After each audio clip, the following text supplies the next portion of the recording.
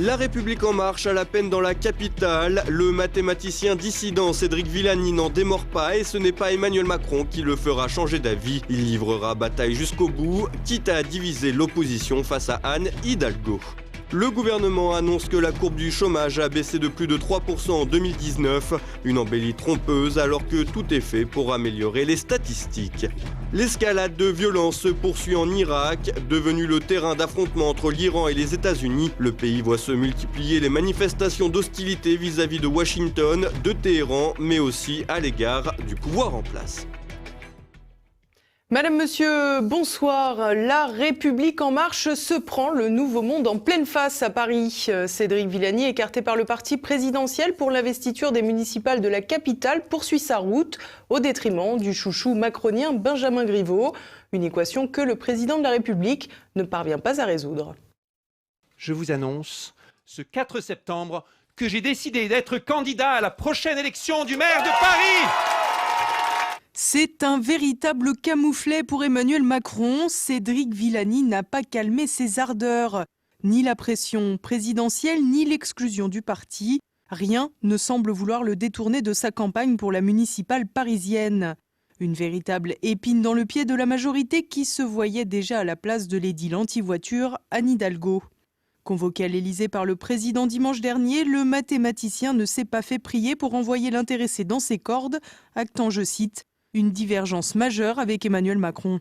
Réponse du berger à la bergère, Stanislas Guérini, le délégué général d'En Marche, a annoncé dans la foulée son intention d'exclure Cédric Villani du parti. Une expulsion en règle qui pourrait plutôt faire les affaires du candidat. En effet, entre les plaintes quant au bilan d'Anne Hidalgo et le rejet de la majorité, au vu de la situation sociale dans le pays, un départ sans étiquette semble être un avantage. De quoi rappeler un certain Emmanuel Macron en 2016 quand il s'est lancé dans la course à l'Élysée en voulant enterrer le fameux vieux monde. Un vieux monde qui a rapidement refait surface pour laisser place aux combines d'appareils partisans, comme le démontre bien la bataille Griveaux-Villani. Un duel que tout le monde pensait voir faire long feu tant le profil peu politique du scientifique saute aux yeux. Pour autant, l'entourage de campagne de Cédric Villani vient bien compenser cet aspect.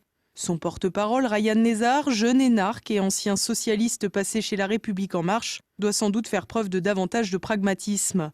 Quoi qu'il en soit, la persévérance de Cédric Villani surprend, mais paie aussi. En effet, alors que Benjamin Griveaux était présenté comme le futur maire qui terrasserait Hidalgo, à 2 mois du scrutin, rien n'est moins sûr. Les derniers sondages font toujours la part belle à l'édile en place avec 23%, talonné désormais par la candidate des Républicains Rachida Dati, actuel maire du 7e arrondissement et ancien garde des Sceaux, qui recueille 20% des intentions de vote après un début de campagne résolument anglais sur la sécurité. Le poulain de l'Élysée n'est donc qu'en 3e position, bien derrière, avec 16% dans les meilleures enquêtes. Cédric Villani reste derrière, avec un score estimé entre 10 et 13 points, selon les sondages. Un retard qu'il pourrait rattraper grâce à une nouvelle prise de guerre. En effet, la journaliste Isabelle Saporta, accessoirement compagne du leader des écologistes Yannick Jadot, a annoncé son ralliement aux scientifiques alors qu'elle soutenait jusque-là l'ancien conseiller de François Hollande, Gaspard Ganzer, à la traîne avec 2%. Une nouvelle compagne de route pour Villani qui ne l'avait pourtant pas épargné jusque-là. En effet, Isabelle Saporta avait pointé du doigt le travail parlementaire du mathématicien en dénonçant notamment son absence lors des votes sur le glyphosate et le CETA, le traité commercial avec le Canada. Des divergences visiblement dépassées qui pourraient donc faire basculer une partie des Verts de la liste de David Béliard, aujourd'hui crédité de 14,5%. La tête de liste a d'ailleurs fait savoir qu'il pourrait renoncer à une alliance avec la candidate socialiste au second tour. On voit bien l'idée derrière. Malgré sa 3e place, Benjamin Griveaux est donc dans une bien mauvaise posture. La pauvreté de ses réserves de voix commence même à désespérer ses propres rangs. Pas étonnant que de plus en plus de ministres se lancent dans la course des municipales. Gérald Darmanin, le ministre du Budget et des Comptes publics, vient d'annoncer qu'il se présentera à la mairie de Tourcoing, dans le Nord. Édouard Philippe pourrait également se laisser tenter par un retour dans sa ville du Havre. D'autres devraient venir apporter leur soutien ou l'opprobre à Benjamin Griveaux dans la capitale. C'est le cas de Marlène Schiappa qui sévit en chauffeur de salle pour les meetings. Elle pourrait se présenter dans le 14e arrondissement. Le ministre de la Santé Agnès Buzyn déclare aussi à qui veut l'entendre qu'elle souhaiterait se présenter aux urnes, ce qu'elle n'a encore jamais connu. Quoi qu'il en soit, la bataille des deux marcheurs de la première heure occupe sans surprise l'essentiel de la surface médiatique. De quoi rendre la tâche difficile aux listes moins porteuses dans la capitale. Serge Federbusch, le candidat d'Aimé Paris, soutenu par le Rassemblement national, se hisse désormais à 6% après avoir gagné 1 point. Il dépasse la liste de Daniel Simonet de la France Insoumise, crédité de 4%. Le monde du travail va bien. C'est ce qu'on pourrait croire si l'on s'en tient aux chiffres dévoilés lundi par le ministère du Travail et Pôle emploi. Malgré une baisse notable sur l'ensemble de l'année 2019, la réalité est toutefois moins reluisante. Thibaut Bastide. Une baisse inédite du jamais vu depuis la crise financière de 2008. Tout est bon pour crier victoire sur le front de l'emploi. Lundi, Pôle emploi et le ministère du Travail ont dévoilé les chiffres du chômage pour l'année 2019. Un excellent millésime à en croire les statistiques. Sur un an, en France entière, le nombre de demandeurs d'emploi en catégorie A, c'est-à-dire sans activité, a baissé de 3,3%, s'établissant à un peu plus de 3,5 millions de personnes fin 2019. Ce sont ainsi plus de 110 000 Français qui auraient retrouvé un emploi l'année dernière. Une diminution nettement plus importante que celle qui avait été enregistrée en 2018, moins 1,4%. La performance retient d'autant plus l'attention que la croissance de l'économie devrait être plus faible en 2019 que l'année précédente. Concernant les autres catégories, B et C, regroupant les personnes qui recherchent un poste tout en étant déjà en activité, ont vu leurs effectifs se résorber, ce qui n'était pas le cas en 2018 et les années précédentes.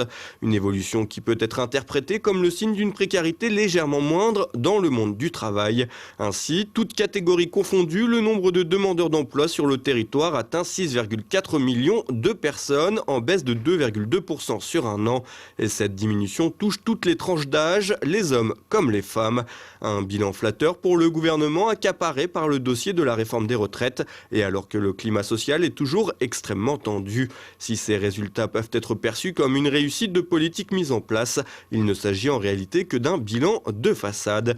En effet, les voyants tournent davantage au orange qu'au vert. Tout d'abord, si le nombre de demandeurs d'emploi baisse parmi les personnes inscrites à Pôle emploi depuis moins de 3 ans, il augmente de 3,8% sur un an pour ceux inscrits depuis plus longtemps. La durée moyenne d'inscription à Pôle emploi augmente ainsi de 10 jours sur un an pour atteindre 323 jours. Par ailleurs, dans les contrats signés, il y a un peu plus de CDI et les CDD sont un peu moins courts qu'il y a 2 ans par exemple. Mais si on regarde sur le long terme, c'est un peu différent. En 2000, 50% des CDD signés étaient de moins d'1 mois. En 2019, c'est plutôt 66%. Une forte progression des contrats courts qui améliore donc les statistiques sur le très court terme. À cela, il faut également ajouter l'absence de la prise en compte des stages et les radiations administratives de Pôle emploi qui constituent 8,6% des sorties de chômage. Avec ces données mises bout à bout, le bilan est beaucoup moins flatteur. Autre point noir, l'année 2020 devrait être moins riche en emploi qu'en 2019, notamment à cause d'une croissance au ralenti. Des incertitudes planent également au niveau international avec de nombreuses tensions commerciales. Enfin, si le bilan dévoilé lundi peut mettre un peu de baume au cœur, rappelons que la France garde un taux de chômage parmi les plus élevés de l'Union européenne. L'Irak, en proie au chaos, devenu le terrain de jeu de la rivalité entre l'Iran et les États-Unis, le pays connaît une escalade de violence depuis plusieurs mois. Retour sur une situation complexe avec Olivier Frère-Jacques. Manifestations anti-américaines, manifestations anti-iraniennes, manifestations anti-gouvernementales. Les motifs de contestation ne manquent pas en Irak. Depuis le mois d'octobre, les mobilisations de contestataires de tous bords auraient d'ailleurs fait un demi-millier de morts. Dimanche, l'ambassade américaine de Bagdad a été touchée par des roquettes. Possible réponse de milices chiites à l'assassinat du général Soleimani et de son bras droit irakien Abou Mehdi al-Muhandis. C'est en tout cas la lecture qu'en a aujourd'hui officiellement la Maison-Blanche. Reste que la diversité des organisations armées dans la région, qu'elles soient chiites ou sunnites, laisse toujours planer le doute. Difficile de voir dans les revendications des manifestants une véritable unité. En effet, si le ressentiment à l'égard des États-Unis est le plus important après 17 années d'occupation, n'envisager le problème irakien qu'à la lumière de l'impérialisme de Washington ne permet pas de comprendre le sac de nœuds politique qui paralyse le pays. En effet, les manifestations d'hostilité à l'encontre du voisin iranien existent également. Et pour cause, Téhéran a un agenda politique serré et se verrait bien étendre un peu plus son influence en Irak. un pays avec lequel la République islamique fut tout de même en guerre durant 8 années entre 1980 et 1988, ce qui laisse des traces dans les mémoires mais aussi sur les corps. Les mutilés de guerre des deux camps en vie sont toujours autant de témoins vivants d'un épisode qui n'est pas oublié. Manifestations hostiles à Washington, à Téhéran, mais aussi et peut-être surtout des manifestations de nature plus sociale contre les institutions en place, la corruption, le chômage et en faveur de nouvelles élections. Devenu un champ de bataille entre les États-Unis et l'Iran, l'Irak voit des personnalités tenter de reprendre la main à la faveur du chaos. C'est le cas notamment de Moqtada al-Sadr, meneur politique qui a réactivé l'armée du Mahdi, milice chiite irakienne. Son parti, En Marchant, arrivé en tête lors des dernières élections législatives, paraît cependant aujourd'hui plus en difficulté, Al-Sadr ayant pris un virage pro-iranien depuis l'assassinat du général Soleimani et d'Abou Mehdi al-Muhandis. Al-Sadr a en effet vu dans ces événements un possible point de basculement de l'opinion irakienne en faveur de Téhéran, ce que sa base ne semble pas admettre. Le risque pour l'Irak est de voir émerger une personnalité trop proche d'un camp ou de l'autre, qui renforcera la détermination du camp d'en face, qui aura alors une démarche de déstabilisation. Difficile d'imaginer un dénouement positif à court et moyen terme. L'assassinat de Soleimani ne sera pas oublié par Téhéran, qui pourrait profiter des élections états-uniennes à l'automne prochain pour intensifier les opérations hostiles aux intérêts de Washington dans la région. Donald Trump, lui, devrait agir en fonction des mêmes contingences électorales. La rue irakienne devra, elle, très probablement se trouver un champion pour redonner au pays son indépendance sans se mettre à dos le voisin iranien ni les États-Unis. Les soldats du feu sur le pont à Paris. 4 mois après une première mobilisation dans la capitale, les sapeurs-pompiers s'étaient à nouveau donné rendez-vous place de la République pour faire entendre leurs revendications. Une manifestation qui a donné lieu à de nouveaux affrontements avec les forces de l'ordre. Des images de Géraud Dufayet.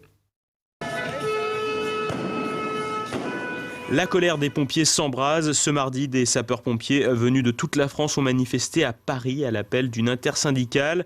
Les pompiers souhaitent notamment une revalorisation de leur prime de feu. Pour eux, il s'agit d'un préalable pour espérer amorcer une sortie de crise. Cette prime de feu, qui n'a pas été revalorisée depuis 1990, équivaut à 19% de leur salaire de base. Les 3 grands points qui font qu'on est là aujourd'hui ici pour la deuxième fois, l'acte 2 on va dire du 18 octobre 2019, ça va être la revalorisation de la prime de feu, la contestation de la réforme des retraites, qui va nous toucher quand même plus durement que ce qu'on veut nous faire croire, et des réponses concrètes à l'augmentation des violences faites envers les sapeurs-pompiers sur le territoire français. On intervient partout, il n'y a pas de zone de non-droit pour nous, et malheureusement ce n'est pas le cas des forces de l'ordre, qui sont souvent dans l'incapacité de nous escorter sur des missions dangereuses. Donc nous demandons effectivement un renforcement sur le terrain des policiers et des gendarmes pour pouvoir assister les sapeurs-pompiers. Au bout d'un moment, il va falloir qu'ils cèdent, parce que ça commence à faire long, et le service hospitalier en a marre, les sapeurs-pompiers en ont marre, donc il va falloir qu'ils comprennent. Depuis le mois de mars, nous sommes en conflit. Nous avons obtenu 2 rendez-vous. Lors de la dernière manifestation, le ministre de l'Intérieur n'était même pas là pour nous recevoir. On a vraiment l'impression qu'on n'est pas pris au sérieux, qu'on fait traîner les dossiers en espérant qu'on s'épuise. Aujourd'hui, on est surtout là pour montrer qu'on n'est pas prêt de s'épuiser, et puis que s'il faudra remonter, on remontera. Une mobilisation très suivie alors que les syndicats ont été reçus par le ministre de l'Intérieur Christophe Castaner dans la matinée. Ce n'est pas la première fois que les soldats du feu manifestent. Ils avaient déjà défilé à Paris en octobre dernier en mettant en avant la non-reconnaissance de leur métier comme une profession à risque, le manque d'effectifs ou encore les nombreuses incivilités et agressions dont ils sont régulièrement victimes. Et on poursuit avec l'actualité en bref et Olivier Frère-Jacques. Les victimes du coronavirus s'accumulent. Ce mardi, les autorités chinoises ont annoncé que le bilan de l'épidémie de pneumonie virale en Chine s'est aggravé à 106 morts, dont 100 dans la seule province de Hubei, épicentre de l'épidémie, et près de 1300 nouveaux cas ont été confirmés. La ville de Pékin a déploré lundi son premier décès, un homme de 50 ans qui revenait de Wuhan.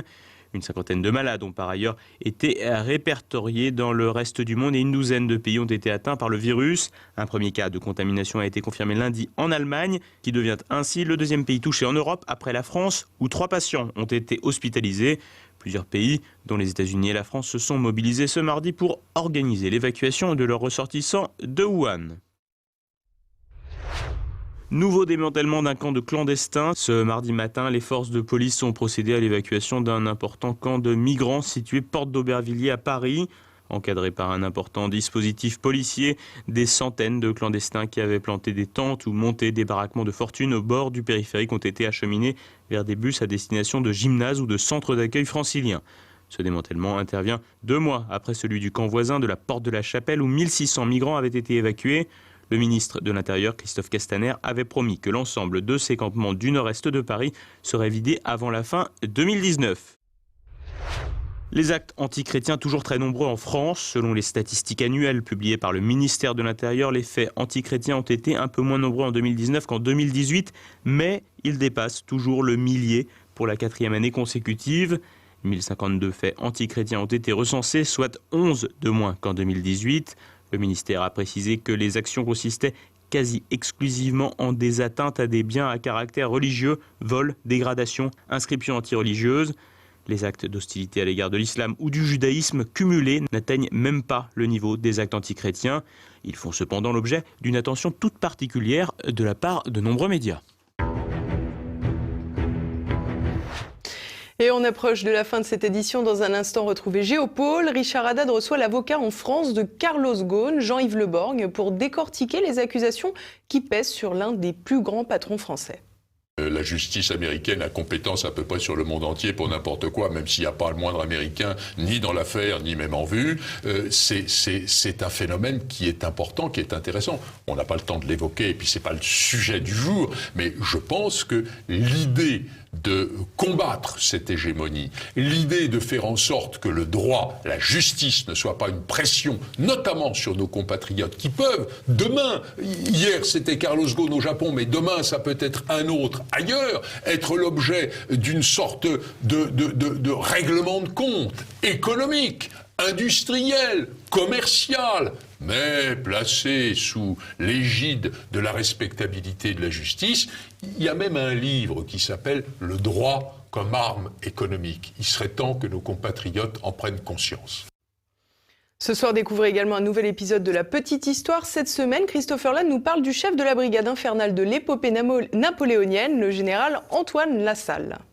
Le personnage dont je vais vous parler aujourd'hui est ce que mon grand-père pourrait appeler avec ces mots un sacré gaillard. Hussard plein de panache et de bravoure, enfant terrible, chef de cavalerie exceptionnel, je veux bien sûr parler de Lassalle, non pas de Jean Lassalle, mais du général Antoine Lassalle. Il a servi sous la Révolution, puis sous Napoléon, où il a participé aux grandes heures de l'Empire et s'est illustré à de nombreuses reprises à la tête de ces hussards, surnommés la Brigade Infernale. Toujours équipé de sa pipe légendaire, même pendant la charge, il a été la terreur des ennemis de la France et le plus grand sabreur de la Grande Armée. Retour sur un parcours aussi palpitant que tumultueux, sur la vie et la mort d'un hussard de Napoléon.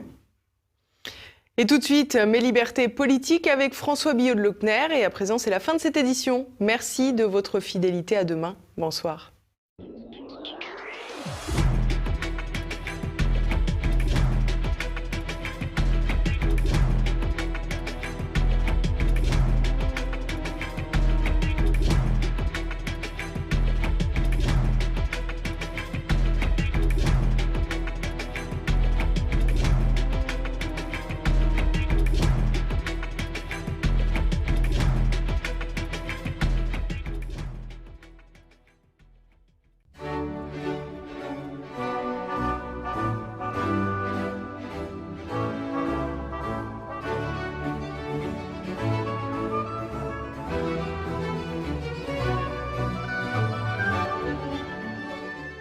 Une fois n'est pas coutume, je vais faire dans le people.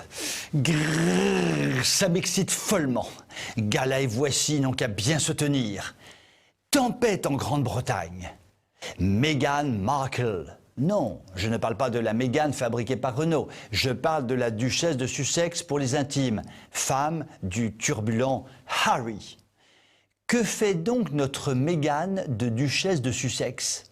Eh bien, elle décide avec fracas de se retirer de la scène royale pour aller s'installer avec son chéri d'amour et son petit enfant dans une cabane au Canada en tirant bien bas sa référence à sa royale grande belle-mère. Peut-être voudra-t-elle se faire bientôt appeler la duchesse de Robinson de Crusoe. Et pourquoi qu'elle veut tout quitter, la duchesse Crusoe ? Parce que, j'en pleure en le disant, c'est parce que la vie d'Altesse Royale, c'est trop dur. Alors évidemment, les magazines français qui n'en comprennent rien, ni à l'histoire, ni à l'Angleterre, ni à la famille royale, prennent fait et cause pour la pauvre chérie, unanimement critiquée par les Anglais, pour cet abandon de poste d'autre part. Nos bons journalistes évoquent même un probable racisme anglais. La Meghan aurait été méprisée compte tenu de sa couleur de peau. En revanche, ils encensent la Miss, vantent sa soif de liberté, louent sa capacité à briser les codes, à humer le vent de la modernité. Ils en profitent pour ringardiser les Windsor, l'occasion est trop belle. Et pourtant, n'en déplaise à nos journalistes franchouillards gauchisants, de l'autre côté de la Manche, c'est une autre paire de manches. Car elle n'est pas du tout populaire en Angleterre, la Meghan. Les Anglais estiment qu'il ne faut quand même pas se moquer du monde. La Meghan non motorisée, elle l'a épousé en connaissance de cause, son Harry. Et elle en a bien profité en termes de valorisation de son image. Et soudain, au premier coup de Trafalgar, elle irait capitaliser sur son image de princesse déchue et faire carrière outre-Atlantique. Il y a un peu d'abus quand même. En tant que contribuable, quand on a une monarchie, on ne se paie pas quand même de cette façon-là.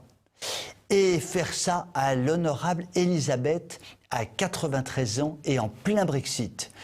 Comme on dit familièrement, il y a des claques qui se perdent. Cela dit, nous pouvons faire confiance aux Britanniques, n'en déplaise aux journaux républicains de notre France bien-aimée, pour savoir où est la vraie voie, celle de la tradition. Car pendant ce temps, la très charmante Kate et ses 3 bambins en manteau de feutre et chaussures à boucles engrangent des records de popularité. Elle a compris, elle, qu'on peut être glamour, photogénique, tout en assurant l'essentiel, à savoir son devoir de future reine. Et de cela, les Anglais lui en sont infiniment reconnaissants. Petite question subsidiaire, entre Kate d'un côté de la Manche et tante Bridgeton de l'autre côté, que préférons-nous vraiment ? Vous pouvez m'écrire si vous le voulez. À très bientôt.